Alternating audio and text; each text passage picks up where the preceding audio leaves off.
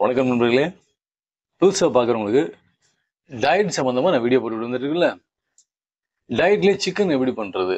டயட்டில் வெஜ்ஜுக்கு ரொம்ப கஷ்டம், நிறையா சாப்பிட வேண்டியது இருக்கும். பட் நான்வெஜ் சாப்பிட்றவங்களுக்கு ரொம்ப ஈஸி. அதில் ஆயில் இல்லாமல் எப்படி சிக்கன் பண்ணுறதுன்னு நான் ஏற்கனவே வீடியோ போட்டிருக்கேன், பாருங்கள். வீடியோ ஷார்ட்ஸ் யூடியூப் பார்க்குறவங்க ஷார்ட்ஸில் பாருங்கள், ஃபேஸ்புக்கில் பார்க்குறவங்க ரீல்ஸில் மட்டும் பாருங்கள். எனக்கு இந்த சின்ன வீடியோ போடுறது தான் டைம் எடுக்குது, பெரிய வீடியோ போடுறதுக்கு எடிட் பண்ணுறதுக்கு எனக்கு டைம் இல்லைங்க. சரி ரைட், எங்கே பாருங்கள், இன்னைக்கு 3/4 கிலோ சிக்கன் வாங்கியிருக்கேன். அதில் ஒரு 100 கிராம் இந்த மாதிரி, அதாவது தோல் எடுத்து தான் எப்பயும் வாங்குவேன். அந்த தோல் எடுத்துமே எவ்வளோ கொழுப்பு இருக்கு பாருங்க. கிட்டத்தட்ட இதுவே ஒரு 100 கிலோ. தயவுசெய்து இந்த மாதிரி சிக்கன் வாங்கும்போது கவனமாக வாங்குங்க. இவ்வளோ கொழுப்பு நம்ம சாப்பிடவே கூடாது. டயட்டில் இருக்கவங்க கண்டிப்பாக சாப்பிடக்கூடாது. இன்னைக்கு நான் இது எப்படி எடுத்திருக்கேன்னா, சிக்கனை, ரெட் சில்லி, சிவப்பு மிளகா, இல்லை மிளகா இல்லைன்னா மிளகா வத்த போட்டுக்கங்க, வெங்காயம், ஒரே ஒரு 3/4 கிலோக்கு ஒரு தக்காளி, புதினாவும் கொஞ்சம் கொத்தமல்லியும் எடுத்திருக்கேன். அவ்வளோதான். இப்போ என்ன டேஸ்ட்டுக்கு இஞ்சி பூண்டு பேஸ்ட் வேணால் சேர்த்துக்குங்க, இஞ்சி பூண்டு தட்டி, அவ்வளோதான். இதை இப்போ என்ன செய்ய போகிறேன்னா, அப்படியே குக்கரில் விட்டு ஒரு விசில் மட்டும் வர வைக்க போகிறேன். ஒரு விசில் வந்ததுக்கப்புறம் அதை அப்படியே ஒரு கடாயில் மாற்றி அதை அப்படியே கிண்டிக்கிட்டே இருக்க போகிறேன்.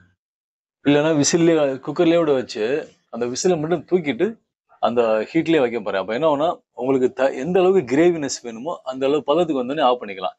இன்னைக்கு எனக்கு ட்ரையாக வேணும், அதனால நான் ட்ரையாக பண்ண போகிறேன். உங்களுக்கு தொட்டு சாப்பிட்ற மாதிரி தண்ணியோட வேணும்னா அந்த மாதிரி வச்சுக்கலாம். எப்படி செஞ்சு காமிக்கிறேன், பார்ப்போம். இப்போ ஒரு விசில் வந்துருச்சு, நான் அதை எடுத்துட்டு மறுபடியும் பற்ற வைக்கிறேன். இப்போ என்ன ஆகும்னா, அதுல இருக்க தண்ணி பூரா அப்படியே ஆவியா போயிட்டே இருக்கும். எனக்கு தேவையான ட்ரைனஸ் வந்தோடனே ஸ்டாப் பண்ணிடுவேன். ஓகே, இப்போ எனக்கு நான் எதிர்பார்க்குற பதத்துக்கு வந்துருச்சு பாருங்க. இப்போ எங்க பாருங்க, இந்த மசாலா கரெக்டாக எல்லாத்தையும் பிசி ஒட்டியிருக்கா, அழகா ஒட்டியிருக்கு. இப்போ அதை சாப்பிடும்போது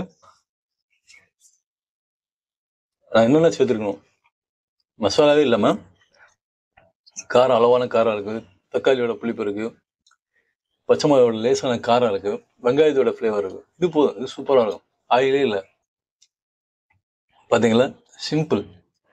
அதாவது ஃபேட் லாஸ் பண்ணுறவங்க, வெயில் கொழுப்பை குறைக்கணும்னு நினைக்கிறவங்க, ஃபிட்னஸ் மெயின்டைன் பண்ணுறவங்க ஆயில் இல்லாமல் சாப்பிடணும். ஹெல்த் கான்சியஸ்க்காக வேணா, எனக்கு ரொம்ப ஃபிட்னஸ் எல்லாம் வேணாங்க, உங்களை மாதிரி கண்ணம்லாம் வெட்டி போய் 6 பவுடர்லாம் வேணாங்க, நான் நார்மலாக இருந்தால் போதும்னு நினச்சிங்கன்னா ஒரு ஸ்பூன் எண்ணெய் சேர்த்துக்குங்க இதில், சரிங்களா? டெய்லி ஒரு ஸ்பூன் சேர்த்துக்கிட்டா போதும். ஆனால் இனிப்பு தொடவே கூடாது. இதை ஃபாலோ பண்ணி பாருங்கள். தேங்க்யூ.